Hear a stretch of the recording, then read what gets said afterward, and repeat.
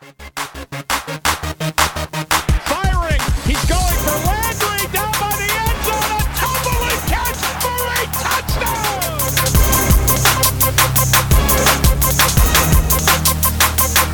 Jump. He's to the 30, 20, 10, 5. Touchdown.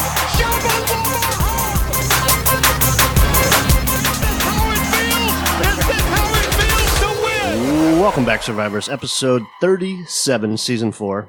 This is Surviving the Season, live from Greg's son's bedroom studio, again, in Huron, Ohio. I'm Adam. Greg's here. Yo! What up? I bet you didn't realize the kind of luxury that I had been recording in. Yeah. It's a nice studio. Yeah. It works for Yeah. our purposes. Maybe we should get a sponsor. I don't know. Yeah. The Walmart, Greg Studios by Walmart, some shit. I don't know. Greg's son's studio by Walmart. Yeah, if you listen to, a year ago or a little bit longer than that, if you've been around that long, you know that I used to record primarily from Walmart parking lots. Yeah. In fact, the Walmart parking police had donated Yeah, some money. they are our Patreon That's right. executive producer. And it's been some time. I'm sure they want me to be back, but maybe one day. Maybe one day. But today, we will be looking at the Denver game, and one of our favorite people has popped back up into the news, Mr. Tony Grossi, getting himself some clicks yesterday. Yeah. Let's So that's start what with it's that. all about. Is that what we're going to? Maybe just in case there's the one person that was living in the cave yesterday that doesn't know what happened, maybe you can explain. Okay, sure. Or if you'd like me to do it. Either way. Oh, we can team up for this Okay. one. So Mayfield was doing his usual press. Weekly. Tony asked him about the drive before halftime, correct? Mm-hmm. Yes. Which he also had sort of berated Freddie the week before about the drive or trying to go for points and then score. That's right, when we were aggressive. Yes. So it went from, you were too aggressive last week to, why aren't you aggressive enough this week? And I thought that might have been the thing that initially got Baker going a little bit. Yeah, let me. I have that drive. So the Browns took over 2:25 on their own 16, and they ran Chubb for 8, and it went down to the 2-minute warning. Grossi wanted them to hurry there, or what was the? Yeah, I guess maybe he said that, he was thinking that maybe they flubbed that a bit by not going into a little, but we talked about it. It's, you have to run clock there, because if you don't run clock, you got to punt and you're going to give up points to the Patriots when you're already down. The last thing, it's not like you started at midfield here. Right, yeah, own 16. You're starting at your own 16-yard line. You have to run clock, and they did. So they go down to the 2-minute warning. Then they run Chubb again, Yeah. and then they let the clock run, and then you had a penalty, right? No, it was 3rd and 3, and then OBJ got a 4-yard gain for the first down. Okay. That took it to about 1 minute to go on their own 26. They had only gained 10 yards. Yep. Landry for 12. Clock's still running. And now they started moving it. Now they went to hurry up. They were in hurry up, but I mean they really started to move there. Right. Like, okay, let's try. We got basically they have one chance to move this thing. Own 39 with 40 seconds. Mhm. Baker gets sacked. Yes. They used their 3rd timeout, Right. That was the last time out. but some time had come off the clock. So they had 26 seconds. It was 2nd and 25 because there was a penalty. It was a false start penalty. Right. I think that's what Baker was upset about, was saying, why would we hurry? Yeah. We just had a penalty. Well, not only that, once you get sacked, that was pretty much the it's end pretty of it. much it. So you're going to try for one more. You're going to try to pick up one big gain there, one nice gain, and if it doesn't work, you're just going to run the ball. Yeah. That's kind of what they did, right? You just tossed it out to Hilliard. Yeah, same thing. It's a small pass/run, Okay. and they're essentially just running out the clock. Yeah, I mean, it wasn't a great drive, but then Grossi asked Baker, were you satisfied with the drive? Yeah, well, so he initially said, why weren't you guys hurrying more there? And he said, well, we had a penalty. Yeah, but that was kind of late in the drive. Uh-huh.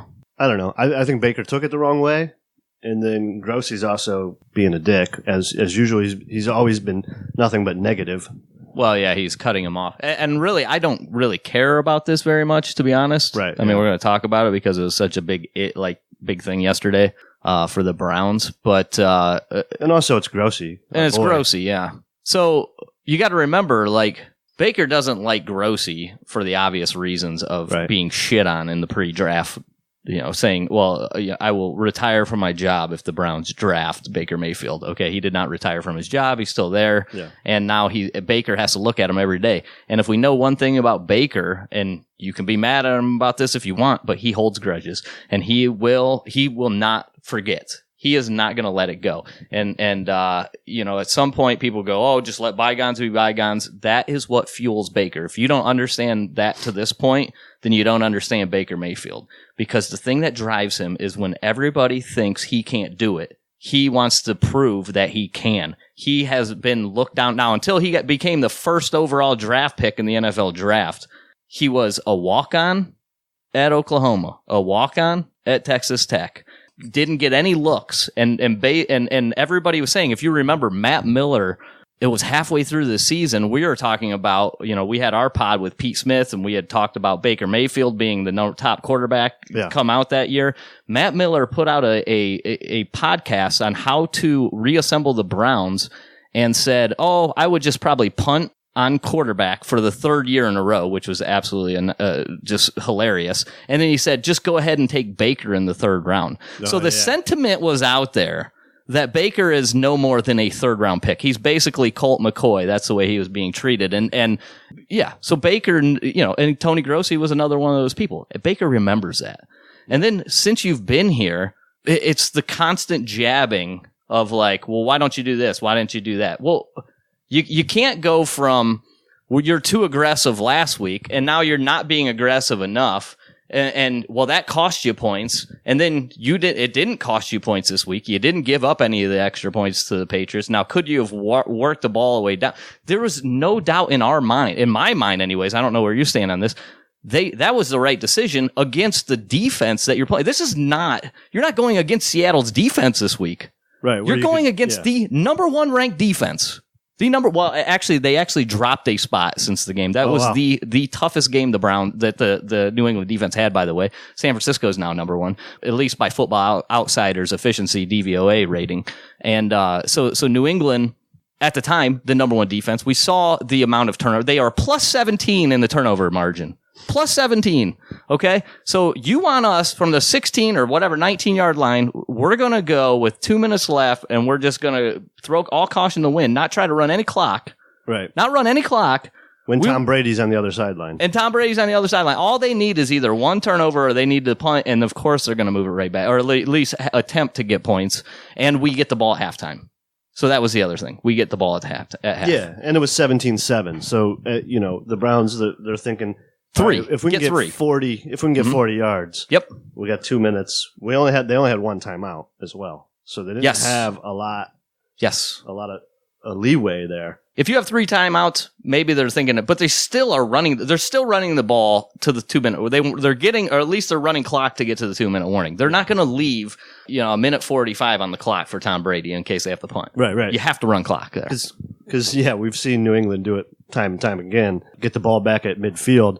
And Brady will put them in for 7. And then you go, we just lost our advantage getting the ball at half. They won a Super Bowl. Yeah. Remember, everybody said, well, the New England should just play for overtime against the first Super Bowl they won. They should probably just play for overtime. They got Tom Brady's only been a quarterback for 1 year. Right down the field, win the game. Yeah. Okay. Well, here's the problem with Grossi anyway. Like you said, he's always poking. It's not like he only pokes Mayfield. He's always been negative. Remember when Greg Williams came in, his first press conference, and Tony asked a question, and he said, Greg Williams said, oh, you're Tony. Mm-hmm. Like, they already told him, Grossi's going to be, he's going to be the asshole of the crowd. There's one ass hat out there, and his name's Tony Grossi. But this goes back, Farmer, Shermer, all these coaches, Grossi's had nothing to say about. Mike Lombardi threw under the bus. Yeah. Grossi's never been positive about one thing that's happened in Cleveland. No, it's always been negative. It's not even the negativity that drives. I mean, a big part of the reason why we started doing this is because I would actually listen to ESPN 850 back in the day, and I go, I can't believe these people get paid to do it. They have listening to Tony Grossi talk about football is like me talking about ballet. Yeah, right. Right? Would you pay to listen to me talk about ballet? But somehow people are actually paying for him to talk about football when he doesn't know. And then on top of that, Skip Bayless is out there talking about how he does such a phenomenal. I've worked with this guy for years, and I can't read a shit. And God bless you if you do. Fine, I don't care. I get that he is sort of he's a big figure in Cleveland for football, but I feel like you're not doing justice to you're not learning anything from Tony Grossi. You're not learning anything. And the only reason I ever go read a Tony Grossi article, and the last time I has been years, is to go read his draft when he puts his mock drafts in there and puts the same players in there multiple times to laugh. Kevin King has been drafted 3 times now in this mock draft. Great job. He doesn't know where anyone went to school. He doesn't barely watch the game. He's not paying attention. Yes, and that's why people are super irritated by him, and it's great. There's only so much. A lot of people just don't know that there's other outlets that you can get your football news from. So that I guess that in itself is a problem. But then there's another thing but like with the other writers, like they're upset about it and making a big deal about it yesterday because it's like Tony Grossi's getting his name out there, and this is allowing it. Baker's allowing that, and it's like. I don't think like that. Like if we're in this position, the last thing I would be thinking about is, whoa, this is our chance to get our name out there. Right. We just want to talk about football. Yeah. And the fact that maybe if that is even in Tony Grossi's playbook, which I don't know if it may be, but the fact that that's in other writers and these other members of the media, they're all attention whores. Yeah. Exactly. You're an attention whore. It's always been the same. Can't you just talk about football for the sake of talking about football? And if you don't have to agree with Baker on everything, right? You don't have to agree and just own up to the fact that you said he's going to be trash and you're wrong about it. Tell Baker, hey, I was wrong about that. Now I think you're good. Like I made a mistake. Well, apologize to him, and then you got Daryl Ryder saying Baker. He shouldn't be disrespected. He's been disrespected by Tony Grossi the moment he got here. Before he was even here, he was disrespected. Yep. Before he was even here. And then you're supposed to respect people that disrespect you? I don't know. I don't think that way. It's been a constant pattern of disrespect to everybody. I mean, Grossi's always taken that negative side. And he says, well, they don't win games. Yeah. That sort of thing.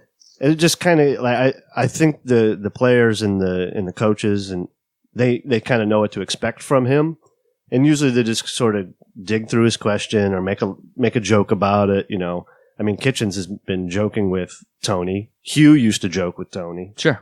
Greg Williams used to say, they used to have snide comments for Grossi, probably just because they thought Grossi was asking unfair questions. Maybe. Yeah, and I don't think it was an unfair question. I don't think the question. I think if it comes from Mary Kay or it comes from anybody else, he doesn't give that that reaction. Yeah, it's because Baker's frustrated as shit. Do you think he wants to be sitting here 2-5? Of course not. The guy's a goddamn winner. So they're sitting here 2-5, and you're going to sit there 1 week and argue about you being too aggressive. The next week, come back and say you're not aggressive enough, and then the whole time you're the asshat that said I was going to be garbage. Yeah. And your one other buddy ate horse manure over them freaking, and you said you're going to retire. So everybody from that one station got it wrong. Yeah. How am I supposed to respect you? Yeah. How am I supposed to respect you? Because you don't know football, but you're a football reporter. Yeah. I mean, you don't know the game. He was doing the Johnny 2.0, Johnny Manziel 2.0. That was all Grossi saying he's just he's a Big 12 quarterback. He'll never be good in the NFL and all that bullshit. When he asked Baker, were you happy about the drive? Baker said, no, of course not. We didn't get points. And then he said, Jesus, Tony, what kind of question is that? Yeah, and walked away. That's when he walked away. And Baker did release a statement on Twitter not long after. This is from Mayfield. Everybody wants to hear the truth until they actually get it. I am who I am and always have been. Don't call it emotional when it's convenient and then passion when it fits. I care about winning, so yeah, I'm frustrated. If I was to act like it's okay to lose, then you all would say that I've gotten complacent. My sense of urgency is at an all-time high, and if I offend anybody along the way, that's too bad. Yeah, that's the way I like it. You know what? Enough with this whole apology tour that everybody goes on when somebody's offended. Fuck you. It's enough of that. You're offended? Okay. I'm offended that I have to look at your face every week when I step into this goddamn press, to do this press conference because you're here. You shit on me. You shit on me. You shit on our team constantly. We're not where we want to be. Right. You say, oh, is it, it's too much talk. That's all I hear. They talked all year. They talked all summer. I guess they made a mistake in talking too much. Right, yeah. I mean, how much has Grossi talked about I don't know. OBJ? I really don't listen to him, to be honest. Yeah, but he's given OBJ, like he's always the one that asked the question. There's not going to be enough balls to go around. You're going to be happy. That was always him. Yeah. It was never it is. Else. Yeah, that's the theme, that it happens to be the same people asking the same style of questions. Yeah. But yeah, it to me, it's just frustrations. It's you're ready to win. And if anything, good. Baker's fired up. I think Baker's going to go out and have a good game. We're going to get into this Denver team. Denver, a very good defense yet again that we're facing. So it's not an easy road here for Baker. But Baker plays good when the chips are down. Yeah. Well, that's kind of why we like him, right? We needed somebody to come in here. Let's be a little pissed off. Let's take shit a little personal. Let's talk a little smack. Baker's like my spirit animal. That is that's the way I've lived my whole life. Like I'm the same way, man. Like and call it immature. I'm fine with that. Like I hold grudges. Right? If you wrong me, you're never gonna get on the right side of me ever. It takes one time for me. And that's just the way I am. Like, I get Baker in that aspect. Yeah. Like, he doesn't know anything to Tony Grossi. Right. He has his own shit. Yeah. He's just out there talking to the media probably because he has to. You should. Absolutely, 100%. And then that's the question. Do you even really need to be out there talking to the media every single week? Does it matter? Right. What are you saying? So nobody cares about 99.9% of these media things until something like that happens. Now all of a sudden, finally, if a player loses their cool, now we have a storyline. It's front page on ESPN. Mayfield walks out of press conference after spat with reporter or whatever. And these things don't happen when you're 7-0. Well, yeah. Well, most of the time, then Tony would be stroking them. Right. Yeah. Well, right. Wait until they get a winning streak, and then they'll be talking about how great everything is. It really does. Which we're going to go on, by the way, because I'm going to bring up some stats that are pretty eye opening, and what we're walking into the second half is going to be muy bueno. Yeah. Well, we need it. We need some positive shit going forward. Yeah, for sure. All right, we got anything from Film review? Film review. Not really. We watched this together. Went through pretty much, real tight look, but I'm not sure. Did we get anything out of it that we didn't have? Well, not really. I felt like the thing that I came away after that game is what I've been saying basically every single week. Other teams are not more talented than us. We have the players there. It's not like you walk away, you watch that game from every different angle, and you go, hands down, New England is just, they have way better players than you. That's not the case. I don't come away feeling like that. Yeah. I come away feeling like, God, opportunity again. Missed opportunity after missed opportunity. New England definitely outcoached us. They definitely took advantage of whatever weaknesses that we do have. But the offense, 3 turnovers, moved the ball against what was the number one most efficient defense and did some things there that you go, wow. You look at, right now we are the 26th ranked offense. 26th ranked offense by DVOA. We just went up against the number one defense, and there is very few drives where, unless we shot ourselves in the foot, that we weren't able to move the ball. Yeah, that was sort of the theme, I think, when we went through the game the first time was we're moving the ball. You have 3 or 4 positive plays, 1 negative play, 1 penalty, and we're fucked. Yeah. And that's, even when we went back through it, I think that's kind of what I saw again was just, there was some detail-oriented stuff. Details. A lineman taking a step the wrong way here and there, putting themselves in bad position, and then the Browns couldn't come back from that mistake. Yeah. Well, you couldn't make up once you got that 17-0 deficit. It was too much to make up. Even though they put an attempt at it, they tried.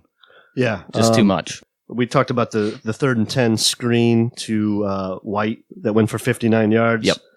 We watched that a few different ways. It was the safety that most likely should have been there. It was a good call by New England. They threw behind the blitz, and then they also ran like a drive route, basically. It's like a drive concept type screen where you're running. You take Edelman, and you run him straight across. So the one guy has him in man, and you're really trying to get the whole defense pulling him one way. Oh, misdirection, one thing we talk about with the Browns I'd like to see more.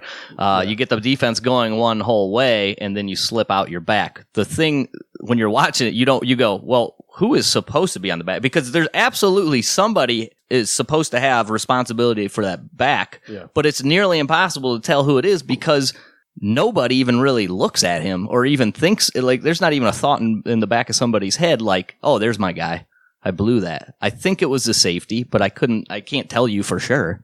Yeah. Ward was cleared out by Edelman. The entire defense is at the left side of the field. Everybody, including the free safety. Everyone just got eaten up by what looked like the ball was going left and the ball came back right. Beautiful misdirection. The funny thing I thought was Belichick comes back 2 plays later. Yes. Runs the same exact play to Burkhead, just the opposite way, and it goes for 9. Yeah, and somebody made a nice tackle there because that would have went for a lot more yardage. Yeah, I think... But not actually Belichick, by the way. That's, sure. His play caller. Yeah. Yeah, what's his name? Not good enough to coach the Browns. That's his name. Yep, that'll do it. We're not going to look it up. F him. It's Belichick's whole thing, so...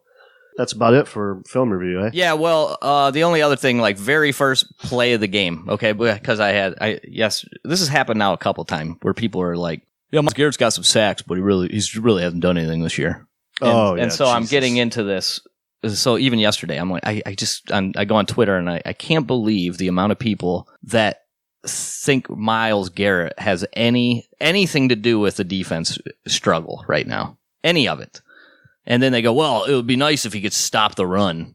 And I'm like, Jesus Christ, dude. Like, you don't play the run with just one guy. You realize that. I mean, playing the run is a defensive as a whole. Everybody has a gap responsibility. Now, Myles single-handedly sets back the offenses by getting sacks that kill drives. He is the drive killer. And if we're going to sit here and argue, a defensive end that's drafted number 1 overall, yes, it's important that he plays the run decent, but the number 1 job that he is doing is getting after that quarterback and stopping the pass, which he's done as well as anybody in the history. Now, there was a stat, and look this up, the player's quickest or age, whatever he is. What is he? 23 years old. Yeah. And how many sacks they have, or through his first 3 seasons. And Myles is right there. He's like number 6 on the list. And every other guy, other than Alden Smith, who probably would have been a Hall of Fame player had he not got himself in trouble, every other guy is basically a Hall of Fame player.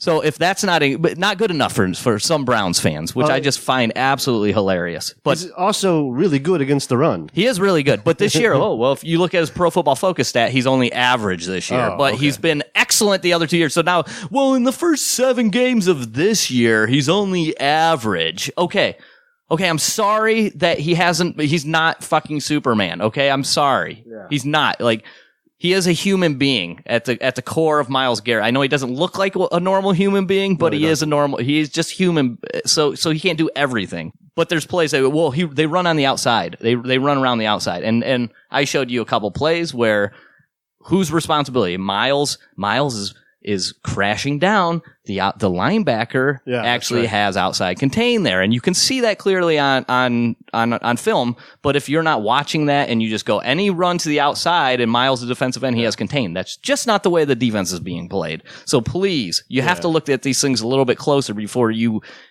gauge that everything to the outside is Myles' fault. But the very first play of the game, Sony Michel goes for 11. Clearly, Myles is held. It's not even in question. That was one of the film reviews. Go back and watch it. He's grabbed by the shoulder pad, by the shoulder pad and held, and he even looks around like, "What are we doing?" There was a couple. I know we lost the penalty battle like 14-3 or whatever the hell it was, but we know Higgins was called for pass interference. Yeah. You had Philip Dorsett not being called. Okay, so there's one. Here's another play, and there was a couple plays with Miles that should have been holds that were not. Yeah, he also had his helmet ripped off twice, I think. Yeah, no biggie. No biggie. Not a quarterback. You're allowed to do that. Yeah. The people that complain about Miles, they're the tortured Browns fan. Yeah. That's grossy. He's like that negative tortured Browns fan that can't get over I wonder if he's saying that. It's not like 20 years ago, It's just that's the that's the thing, because I never listen to what I don't listen to any of the shows that he's on or whatever. I don't follow him at all. I don't read his articles. What if he is saying, well, Miles needs to stop the run, and then you have because that's what happens. There is the echo chamber of where, okay, well, I heard this, so therefore I'm just going to repeat it. The point is, if you're questioning the defense right now, which is legitimate, okay, they've had a couple bad games with the defense, looked much better with the cornerbacks back in there. Yeah. The last person that you're going to say anything about is Myles Garrett. Right. Okay, start everywhere else and end with Myles Garrett because he is not to blame. That is all I got to say about that. It's the Cleveland fan is just like, I don't know, resigned to this.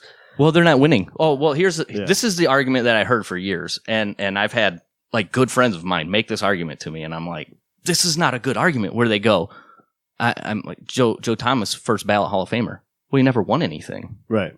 He's one player. How can Joe Thomas go in the Hall of Fame and he never did he even play in a playoff game? No. He's not a Hall of You can't be in a Hall of Fame and you don't even play in a playoff game. Right. He's the best left tackle, but one of the top 3 left tackles in the league every year he plays. What's his record, though? Right. How many games has he won? Oh, that's the quarterback. How do you judge what a guy... It's a Hall of Fame. It's an individual award. Let me remind you what Hall of Fame is. Hall of Fame is not a team... and sometimes players get in because of the teams they were on. Sure. And people are talking about... I mean, I complained about... Hines Ward even being a fucking semifinalist. He's not good. He was never a good player. He just cheap shotted a lot, and Steelers fans liked it and almost get him into the Hall of Fame because he's a cheap shot artist. He's the greatest cheap shotter in the history of the game. Maybe that can get you in the Hall of Fame. And maybe it should as an individual award. Okay, but Hall of Fame is an individual award. It's something. Yes, it doesn't matter if the players around Joe Thomas were the worst. In fact, there is all kinds of data that will prove that when you're losing games, which they lost so many, and you're losing by a lot, and you have to pass, sacks come at a higher rate because teams know you're doing one thing, and that's throwing. And the fact that Joe Thomas was able to be one of the most, if not the most efficient offensive tackle in the history of the NFL football game on a shitty team, when he knew that they had to come 100% to get that quarterback, is even more to argue that the guy belongs in the Hall of Fame. That's not worse. That doesn't make it worse. That makes it even better that he was that fucking good. No, I agree with you.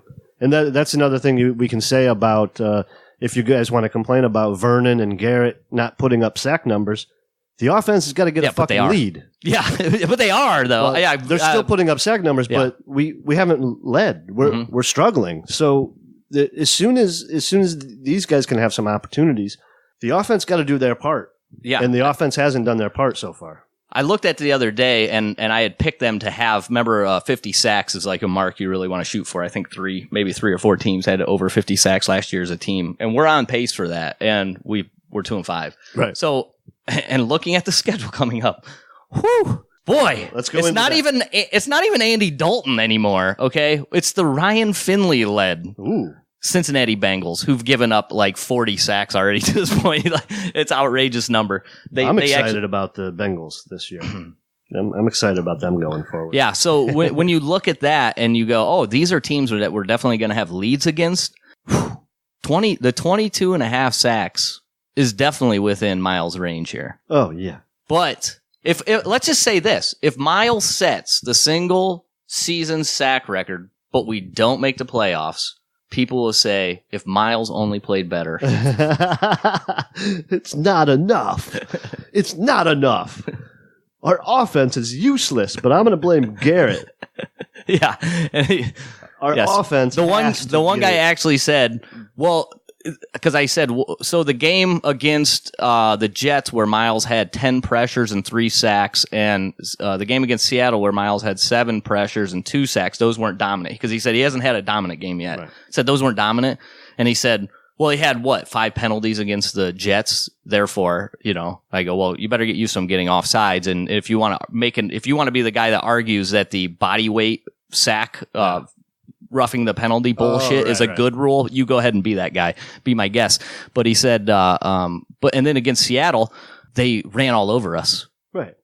Yeah. So they totally came back on our defense. And I'm like, yeah, they ran all over the defense. Not Myles Garrett is not the only guy out there playing the run. Right. So goddamn frustrating. Well, yeah. And it's Baker getting up frustrated with Grossi about the same kind of. You know what?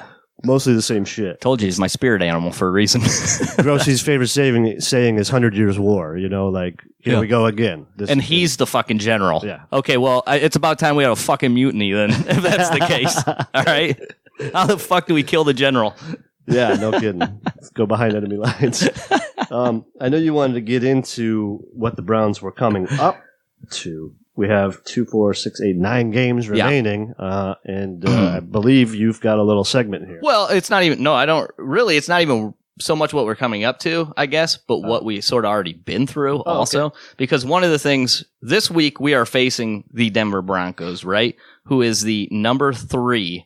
They are the number 3 DVOA efficient by efficiency. That's how the DVOA is Football Outsiders' way of measuring a defense. And when you follow that, it matches up, right? By the end of the season, you go and check those numbers and you go, yep, these are the good defenses, and the ones that rank low are the shitty defense. So far, by their numbers, we have faced, this week is the number 3. We have faced the number 1. Got it. Okay. Which was New England. Number 2, San Francisco. Number 3, Denver Broncos this week. The number 4, the LA Rams. Okay, now we drop back. The number 11, New York Jets. The number 12, Tennessee Titans. And now it's below average. So of the 7 games so far, 2, 4, 5 of them are way above, or above average, if not the best in the league. And 2, Baltimore, which is 18th, which is not really that bad of a defense, but just not at the top of the league. Sure, average. And Seattle, a slightly below average at 22. Defense. Okay, so we've faced a hell of a defensive schedule up to this point, and we've seen that. I mean, Mayfield struggled. Do you know what we have left? The best defense that we have left after this week? No, actually Pittsburgh. Oh, Pittsburgh, yeah. Pittsburgh actually gets the highest rating at 9. Buffalo is 16. So right there. I thought Buffalo was. Buffalo has been good, but have you looked at their schedule? Yeah, they've had an easy schedule. Very easy schedule. So, and then we face. Then we face Baltimore one more time, but then we also face Miami, who's the worst, Cincinnati, who's the second worst, and 2 times against Cincinnati, probably the 3rd worst, and Arizona, who's the 4th worst. 4th worst. So it is the tale of 2 seasons here, right? Because you faced an unbelievably tough road to this point, and including this week, by the way, because I don't want to leave Denver out of it. Very good defense, and then after this week. It gets so much easier, and people nobody will recognize this. This is the people that listen to the show will, because we talk about it, right? But then as Baker's numbers improve, okay, and all this stuff on the offense starts to look better, and the Browns are going to win games.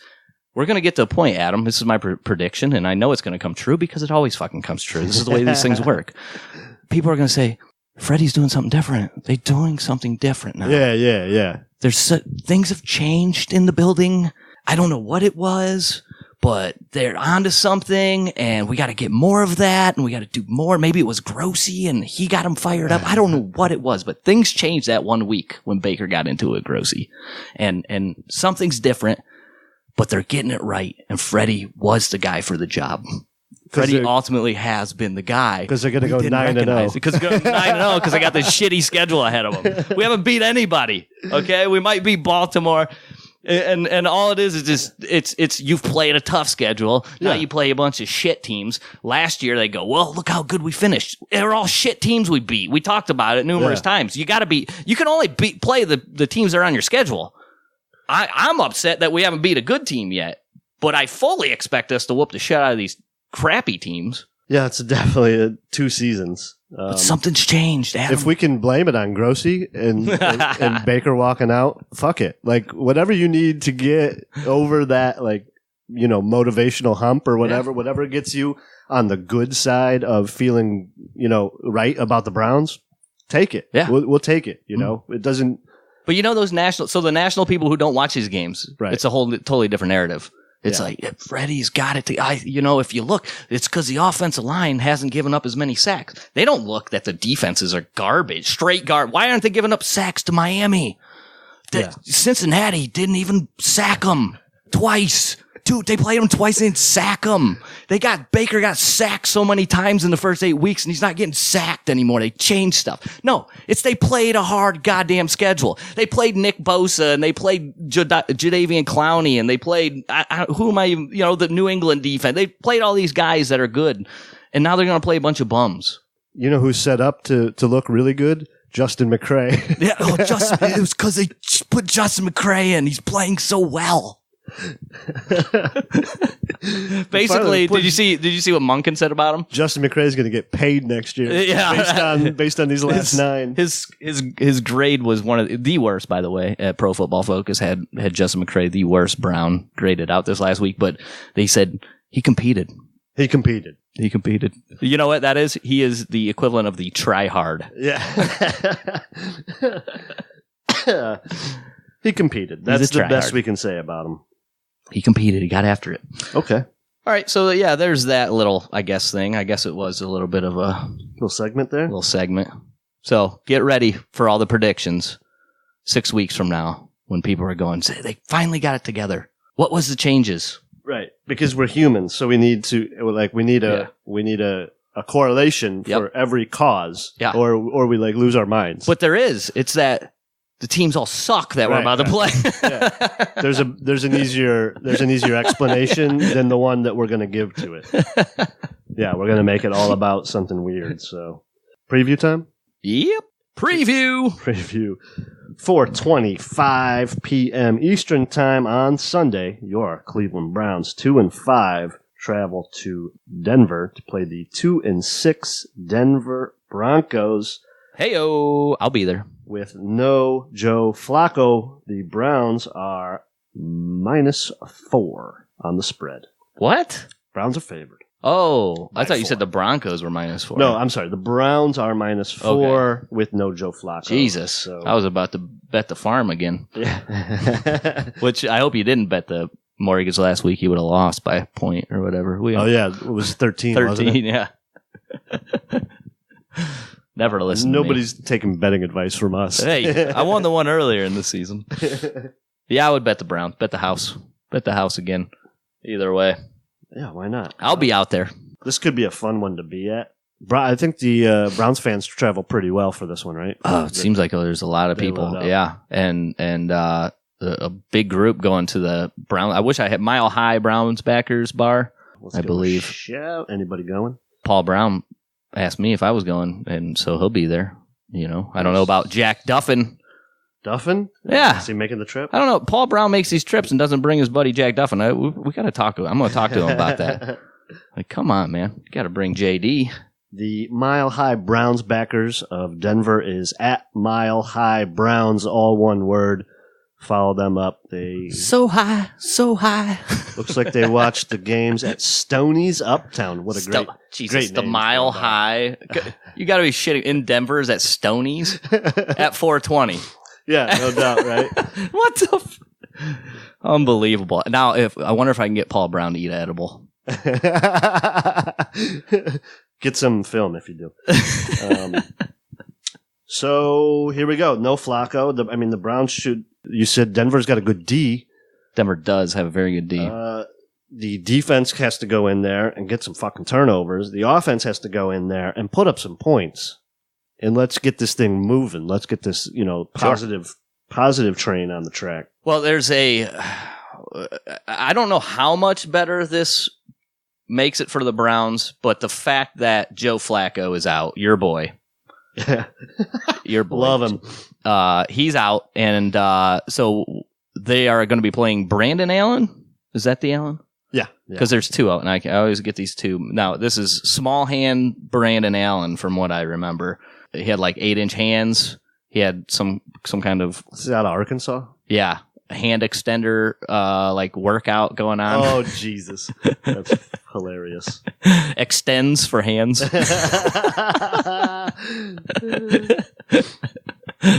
Yeah.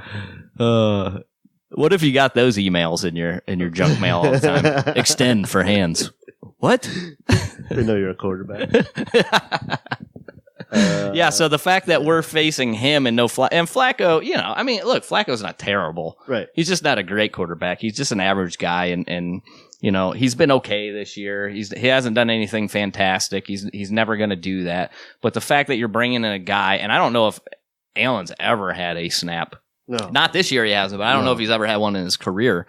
And, you know, that's a good thing, especially with this defense being healthy. Now, we have a few injuries defensively. What is our injuries this week? Do you recall? Randall did not practice. Okay, so what are we thinking with that? I don't know. He did. Now, it was sort of a mistake. He said that he didn't know when he injured the knee. If you go back to the last play of the Seattle game, you can see him on the ground hurt, holding his knee.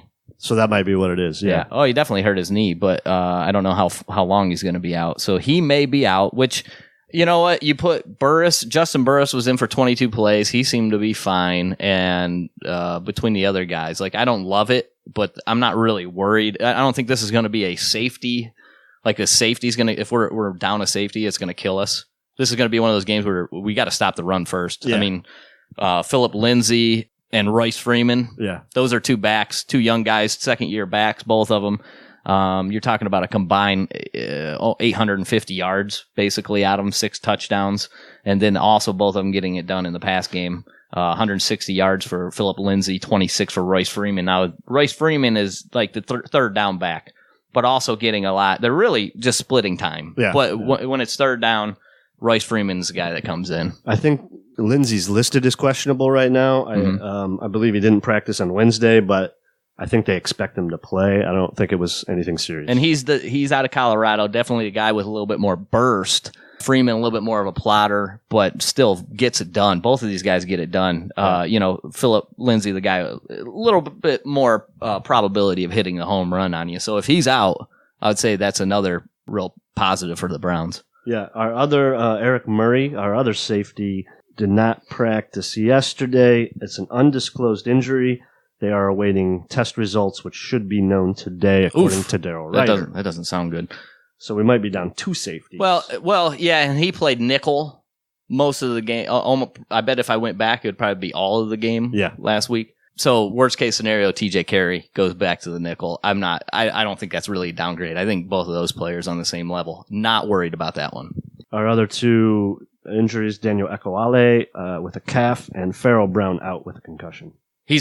Farrell Brown is confirmed out. No, just missed practice. Okay, miss practice. Okay, now Farrell Brown, I mean, I've shit on him here plenty of times. I might be his Tony Grossi. But he's gotten the job done blocking. He's been okay blocking. Completely useless in a receiving aspect. Yeah. Nice job blocking so far. So I will give props where props are due. So I think that's it for us. On their side, Dalton Risner, he's questionable. I think they didn't Rookie, think that guard. was a problem. Risner. Juwan James is doubtful. Ooh, okay.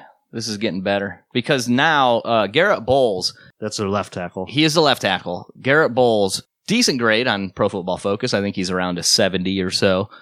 He's not terrible, but he has the propensity to commit penalties and almost on the same level as a Greg Robinson. He's basically averaging 1 penalty every 70 snaps, and going up against Miles and Vernon, you can almost guarantee there's going to be a penalty and some pressures giving up. So if you get Juwan James out, you get what's the other kid from Kansas State? Risner. Boy, this could be feasting time for this defensive line. Yeah, Jeff Hoyerman. Yep, Hoyerman. Come on, Ohio State, baby. From Ohio State. Noah Fonts, their rookie tight end, right? Yep. Yes, and he's been they haven't been very happy with what he's got 20 catches for 185 yards and 1 touchdown a year, but he's had some pretty big drops. I've even seen it called Noah Fant Catch. That's clever. Yeah. Yeah. Cortland Chris Sutton. Berman's like, what is that garbage? Cortland What Sutton, is that? Deshaun Hamilton on the outside, Fred Brown. Cortland Sutton could have had him. Had him. Instead, we had to get guard no longer No one with us. can remember his name Who anymore. cares? That's why you Mr. trade him away, so Yeah, you forget get him about the it. It's fuck Corbett. out of here. Yeah, whatever. Who cares? Not on the Browns anymore. That's what his name is. Cortland Sutton was there. He's got 39 catches, 639 yards, averaging 16.3 yards per reception, 3 touchdowns. The thing about him, very big bodied, 6'5", 220. I don't know if that's necessarily the guy that you want Ward to be on. I think that's going to be a greedy matchup, but Okay. we know that so far, really, the Browns have been playing Ward on one side, Greedy on the other. They'll just match up with whoever. Now, so we'll see. I doubt the Browns are going to switch that up, but you can see how that could be a tough matchup for Ward because Ward being a shorter guy. Yeah, and Deshaun Hamilton, does he play the slot He's a mostly? slot guy. He's mostly a slot guy and Penn State guy. That's definitely Ward could work that. They traded away Emmanuel Sanders last week, or was that 2 weeks ago? Just recently, yeah. Yeah, so they really don't have much talent outside. There's not much doing. Cortland Sutton's really the main target for them. So we lock down Cortland Sutton, stop the running game, and I think offensively you don't have much to worry about. Yeah, I'm not worried about Brandon Allen throwing the ball downfield too much. So Yeah. So what this comes down to, I mean, I don't know how many people watched the Pittsburgh versus the Miami game on Monday night this last week. Why you'd watch that? I don't know, but I was watching it. And Yeah. and there was only one way Pittsburgh loses that game, right? Turn the ball over. Yeah. And they gave them free points. So, and this comes down to the same thing. Right now, the Browns are -9 turnover margin. Denver -2. So Denver has been giving the ball away more than taking it away, but they've been playing defense. Defense has been a lot better the 4 past weeks. Actually, I think they went the first 3 games and didn't even have a sack. And they've been a lot better getting after the quarterback, and getting turnovers and whatnot. But that's what it's going to come down to. Browns cannot turn the ball over Right. the way they have. If we limit ourselves, if we win the turnover battle, 99% of the time we win this game. Right, you can't let a rookie quarterback beat you because you're turning the ball over in your Yeah. own. I in your own don't end. even think he's a rookie, is he? If you remember, they got Drew Lock Yeah, this year, who's somehow on the not IR. even. Oh, he is on the IR. Yeah. Okay, I was wondering why he didn't. Okay, I was like, I'm surprised Drew Lock didn't get the look here. But Brandon Allen is a rookie also. Oh, I think he's been in the league for a couple of years, has he not? But who really cares? The Doesn't point matter is, if he's never played before. He's basically a rookie. basically a bum. He was drafted by Jacksonville in the 6th round of the 2016 NFL draft. Yeah. Okay. So now's his time to shine. Yeah. So offensively, not much to worry about. Defensively, we know they're they're really solid, and that's led by one guy, Von Miller. They would be better. He just doesn't stop the run enough. Just joking. He's really good Von against the Miller run. listed as questionable with a knee. They said they don't think it's serious. Expect him to play. Yeah, this guy is a complete freak show. I mean, they single-handedly won that Super Bowl with him, the way he kept sacking Cam Newton that one year. Yeah. Just a stud. He's got, let's see here, combined 102 sacks for his career. Nice. Whew. Guess where he went? Texas A&M, right there with Myles Garrett. Yeah. Texas A&M buddies. So yeah, straight up stud. They also have Chris Harris at corner, who's been good again. He was supposedly wanting to be traded, didn't get done, so he's going to be back there. He's always really good in coverage. Justin Simmons is a safety who's been pretty solid this year. My boy, if you recall, Malik Reed. He's the one filling in now. Bradley Chubb went down with a season-ending injury early on. That's right. And Malik Reed was sort of like a guy that I would like the Browns to look at late rounds. Didn't really test all that well. Not a super athlete, but getting a lot of playing time, and he's playing okay for a guy. He's got that other edge there across the way from Von Miller. He's got 2 sacks so far and 15 pressures on the year. Kareem Jackson, he's a veteran player. Is he healthy? He's in there right now. The one guy that has made a big difference so far. Kareem Jackson's in strong safety, right? Bryce Callahan is out. Bryce Callahan is out. Okay. This guy I don't even know. But after I started looking up the Broncos, the last 4 weeks where their defenses started playing a lot better. His name is Alexander Johnson. Okay, he's 6'2", 245, and he's a Tennessee Volunteer. He was drafted, or he was a free agent 2018. In the last 4 games he's played, he is a 91.9 overall defensive rating at linebacker. Yeah, getting 222 snaps. So he's playing a lot of snaps for him. He's 87 against the run, 91 in coverage. So this guy might be a little bit of a diamond in the rough, but definitely since he's been in there the last 4 weeks, things have really turned around. So this is a guy to keep an eye on. Somebody that nobody's going to, most people aren't going to know. Nobody's going to know who Alexander Johnson is. Yeah. Probably Pete will know. Pete Smith will know. It's like, Alexander Johnson, I had that guy on my list. Draymond Jones, Ohio State Buckeye. He was drafted there this year. Not getting a ton of time, but another guy that we know can get some pressure in the middle. Derek Wolfe. 4 sacks on the year, I believe. Derek Wolfe, yes. He's getting after it. DeMarcus Walker, another defensive lineman, getting after it. But overall, defense is pretty solid. That's what their coach is known for. So I had a good feeling that their defense was going to be playing good. It took a little bit longer than what they expected. So you can't turn the ball over to these guys. That's what it's going to come down to. You got to limit this offense. Just take away that run game, like we said. Try to get some turnovers. Don't give up any big passes. And just be efficient for once on offense. Just try to play efficient. Please, dear God. We're due for some strung together drives that make us look the offense we were meant to be. Yeah. Yeah. Why not this week? Yeah. Well, it's time. We got to start. Yeah. It's time because they can't drop any more games. Just took a couple months. Yeah. That's all. They were gelling, Greg. They were gelling. Yeah. All right. So, what do you got for score? Wow. Well, it's going to be cold out there this weekend. We got snow in the forecast. Is it? I thought it was supposed to be like 50. I'm heading out there with some friends. And supposed to be nice? Well, this is last week. I mean, how much can you trust like a 10-day forecast? 0. It had basically 0% chance of being correct, but it was at the time supposed to be around 50 degrees. Yep, I see it. 50 degrees, yeah. So it doesn't look like snow. Brown's going to put up some points. Ooh. Well, I mean, like I said, this is a good defense, though. I don't care. Mayfield's going for 400. Okay. They are only giving up 304 yards on the year. That's number 4. I just wanted to bring up a couple numbers to you. So okay. I know that you just said that they are only giving up 19 points per game. That's number 8 in the league. What's the score you're sticking with? I would say 49. 6 touchdowns for Mayfield, like 4 to Beckham. It's his good. Oh, it's his he's due. He is due. He wants the ball. He's ready to go. He has 1 touchdown in the year, or 2, 1 or 2. It's been a little slim. We're gonna put up some points. We're gonna kill them. We're gonna blow them out. Everyone's gonna calm down and be real excited for this Buffalo game next week. Yeah. Browns go to 3-5. Nothing to worry about. We're rolling. Now, I would absolutely love that if that happened, and I want to see Mayfield light it up, but let's be honest here. These offenses are fucking terrible. I have it 3-0 Browns.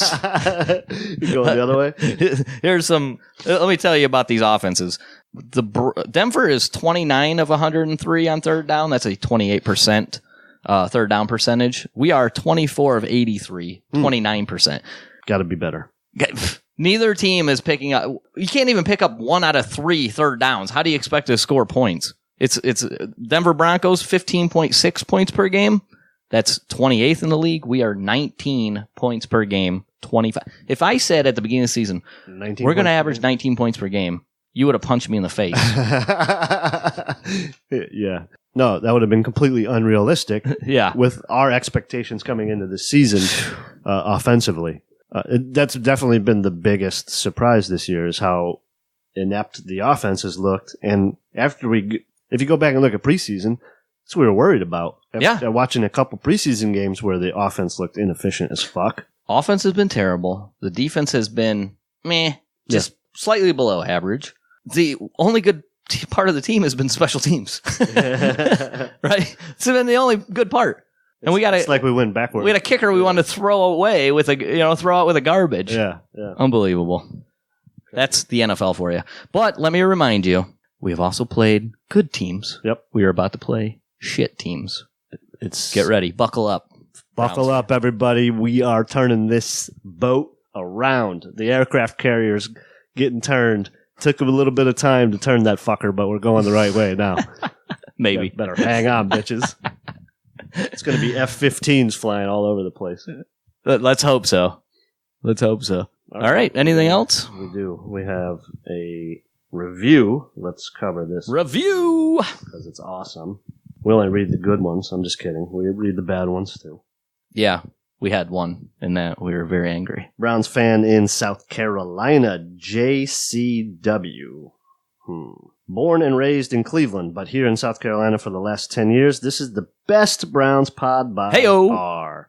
They tell it like it is and obviously know a lot about football. Too many Browns radio shows candy coat what's happening with the team. These guys do it right. Thank you, JC Dub. No candy coating over here. Appreciate that, brother. I think we had an email. I want to give him a shout out because he wrote in a really nice email. I'm not going to read the whole thing. See, you get your name on here if you write nice things. Richard Nelson Jr. up there in Connecticut, right in the middle of Patstown. He is a golf pro at the local golf shop and sent us a nice message.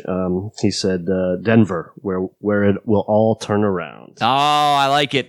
Appreciate Richard, you writing in and telling us how great we are. Yeah, I'm gonna have to get out there and get a lesson.